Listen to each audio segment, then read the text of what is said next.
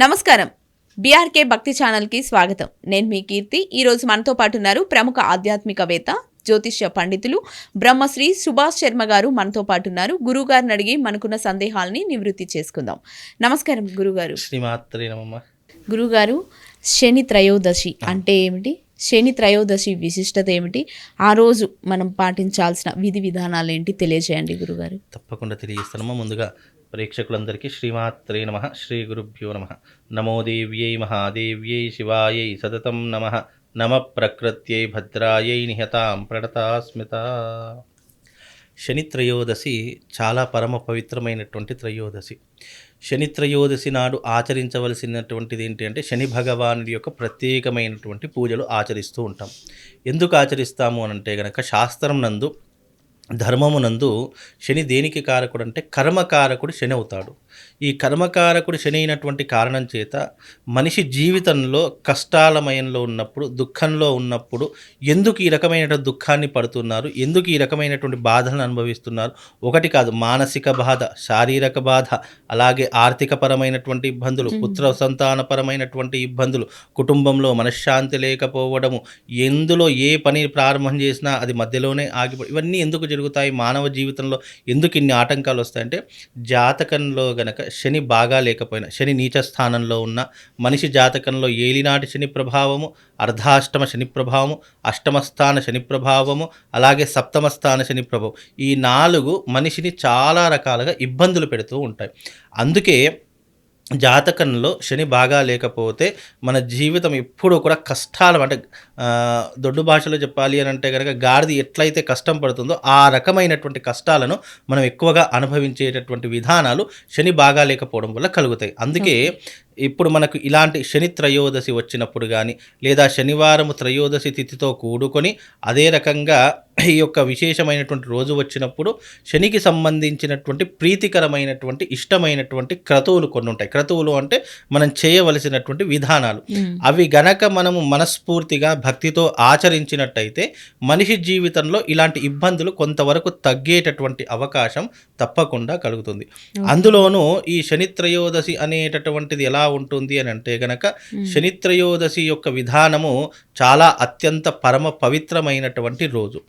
సాక్షాత్తు శని భగవాను పుట్టినటువంటి రోజు శనివారం. అందుకే శనివారము తిథి త్రయోదశి రోజునే పుట్టాడు కనుక త్రయోదశి శనివారంతో కూడుకొని వస్తే చాలా విశేషమైనటువంటి పర్వదనంతో కూడుకొని ఉంటుంది. అందుకే ఈ శని త్రయోదశి అనేటటువంటిది మనిషి కష్టాన్ని దూరం చేసేటటువంటి శని త్రయోదశి. ఆ రోజున స్వామివారికి ఏం ఆచరించాలి అని అంటే కనుక నవగ్రహాల్లో శని భగవానుని చూసుకోవాలి. ఆ శని భగవానుడి దగ్గర ప్రత్యేకమైనటువంటి పూజా విధానాలు కొన్ని ఉంటాయి.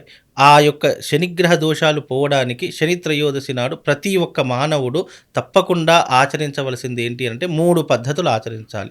1 దీపము, 2 ధూపము, 3 నైవేద్యము. ఈ 3 కూడా తప్పకుండా ఆచరణ చేసుకోవాలి. ఏ రకంగా చేసుకోవాలి? ఇప్పుడు మామూలుగా దేవతలందరికీ మనకు తెలుసు ఏం పెడతాము, ఏం చేస్తాము, ఎలా అర్చన చేసుకుంటామని తెలుసు. కానీ శని భగవానుడి దగ్గర ప్రత్యేకమైనటువంటి నియమాలు ఉంటాయి. శని భగవానుడికి నలుపు అంటే చాలా ఇష్టం. నల్లటి వస్త్రము, నల్లటి నువ్వులు, నల్లటి లడ్డూలు, ఈ 3 కూడా స్వామివారికి చాలా ప్రీతికరము. అయితే ఈ 3 స్వామివారికి ఎలా పూజ చేయాలి అని అంటే గనక నల్లటి లడ్డూలు అంటే నల్ల నువ్వులు, బెల్లము, ఈ రెండింటిని కలిపి స్వామివారికి నైవేద్యం పెట్టడము. ఇక రెండవ విషయము నల్లటి వస్త్రము స్వామివారికి సమర్పించడం. అలాగే నువ్వుల నూనెతో స్వామివారికి దీపం వెలిగించడం. చాలామంది దూదితో చేసినటువంటి వత్తులు వేస్తూ ఉంటారు.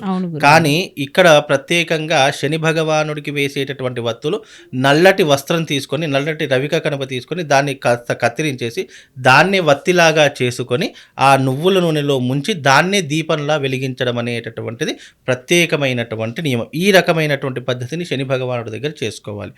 ఆ తర్వాత శని భగవానుడికి ప్రీతిగా పెట్టినటువంటి లడ్డూలు ఏవైతే ఉంటాయో అక్కడ ఆ స్వామివారికి నివేదన చేసి అవి తీసుకుని వెళ్ళి గోమాతకు ఆ లడ్డూలను పెట్టాలి. అలా పెట్టడం ద్వారా శని భగవానుడిని పీడ నుంచి ఎవరైతే ఇబ్బందులు పడుతున్నారో ఆ పీడలన్నీ కూడా తొలగిపోయేటటువంటి అవకాశము ఈ యొక్క శని త్రయోదశికి ప్రత్యేకంగా ఉంటుంది. కాబట్టి జాతకంలో ఎవరెవరికి ఏలినాటి శని నడుస్తుందంటే కుంభరాశి వారికి, మీనరాశి వారికి, మేషరాశి వారికి. కుంభరాశి వారికి 2.5 సంవత్సరాలు శనికాలం నడుస్తుంది. అలాగే మీనరాశి వారికి 5 సంవత్సరాలు శనికాలము, మేషరాశి వారికి 7.5 సంవత్సరాల పాటు శనికాలం నడుస్తూ ఉంది. అలాగే అర్ధాష్టమ శని, ధనుస్సు రాశి వారికి అర్ధాష్టమ శని నడుస్తుంది. అలాగే ఈ యొక్క సింహరాశి వారికి ఈ యొక్క అష్టమ శని ప్రారంభమైంది. అలాగే కన్యా రాశి వారికి సప్తమ శని ప్రారంభమైంది. కనుక ఈ రాశుల వారు ఎవరైతే ఉన్నారో ఈ శని త్రయోదశి నాడున తప్పకుండా శని భగవానుడి దగ్గరికి వెళ్ళి ఈ రకమైనటువంటి పద్ధతులు పాటించండి. ఓం నీలాంజన సమాభాసం రవిపుత్రమిమాగ్రజం ఛాయామార్తాండ సంభూతం తం నమామి శనైశ్చరం అనేటటువంటి మూల మంత్రాన్ని చదువుకోవడం. ఈ రకమైనటువంటి పద్ధతిని ఎవరైతే ఆచరిస్తారో తప్పకుండా వాళ్ళ యొక్క శనిగ్రహ దోషాలన్నీ తొలగిపోయి విశేషంగా వాళ్ళకు శని యొక్క అనుగ్రహం కలిగి కొంతవరకు ఉపశమనం కలుగుతుంది. జాతకంలో శని బాగా లేకపోతే ఆర్థికపరమైన ఇబ్బందులు వస్తాయి, భార్యాభర్తల మధ్య ఇబ్బందులు ఏర్పడతాయి, ముఖ్యంగా ఫైనాన్షియల్ చాలా ఇబ్బందులు పడుతుంది, అంటే అప్పులు చేసుకునేటటువంటి పరిస్థితి ఏర్పడుతూ ఉంటుంది. అలాగే చేసే వృత్తి వ్యాపారాదులలో తీవ్రమైనటువంటి నష్టం కలుగుతూ ఉంటుంది. ఎక్కడికి వెళ్ళినా మనశ్శాంతి కరువయ్యేలా చేసేటటువంటి వాడు శని భగవాన్. మనం ఎక్కడికి వెళ్ళినా కూడా, ఆఫీస్కి వెళ్ళినా, ఇంట్లోకి వెళ్ళినా, ఎక్కడ ఫ్రెండ్స్ తోటి వెళ్ళినా, ఎక్కడికి వెళ్ళినా కూడా మనస్సు అనేటటువంటిది ప్రశాంతంగా ఉండదు, ఏదో ఒకటి ఆలోచిస్తూనే ఉంటుంది, టెన్షన్ పడుతూనే ఉంటుంది. ఈ రకమైనటువంటి ఇబ్బందులకు కారణం శని భగవానుడు అవుతాడు. కాబట్టి ఈ శనైశ్వరుని యొక్క పూజను ఆరాధించినా చేసినా విశేషమైనటువంటి పుణ్య ఫలితం కలుగుతుంది. కాబట్టి ఈ శని త్రయోదశి నాడు ఈ రకమైనటువంటి పద్ధతిని చేసుకోండి. అలాగే దీనికి శాశ్వతమైనటువంటి పరిష్కారము తాంత్రిక విధానంలో ఎవరైతే శని సమస్యలతో బాధపడుతున్నారో కోర్టు విషయాలలో కానీ, పోలీస్ స్టేషన్ వ్యవహారాదులలో కానీ, ఆస్తి గొడవలలో కానీ, లేదా ఏదైనా ప్రాపర్టీస్ అమ్ముదామనుకున్నా, కొందామనుకున్నా, ఇలాంటివి ఏదైనా ఇబ్బందులు ఉంటే దీనికి శాస్త్రీయంలో తిలహోమ తంత్రము, ఈ తిలహోమ తంత్రం అనేటటువంటిది చేసుకోవడం ద్వారా కొన్ని రకాలైనటువంటి ఇబ్బందులు, ఏలినాటి శని ప్రభావం, అర్ధాష్టమ శని ప్రభావం ఇవన్నీ కూడా తొలగిపోయేటటువంటి అవకాశము దీని ద్వారా కలుగుతుంది. అందుకే శని త్రయోదశి, ఇప్పుడు ఎవరైనా పుట్టినరోజు జరుగుతుందనుకోండి, వాళ్ళు ఎంతో గ్రాండ్గా చేసుకుంటారు. ఎవరైనా వచ్చినప్పుడు వాళ్ళకి గిఫ్ట్ ఇచ్చారనుకోండి, చాలా ఆనందపడుతూ ఉంటారు.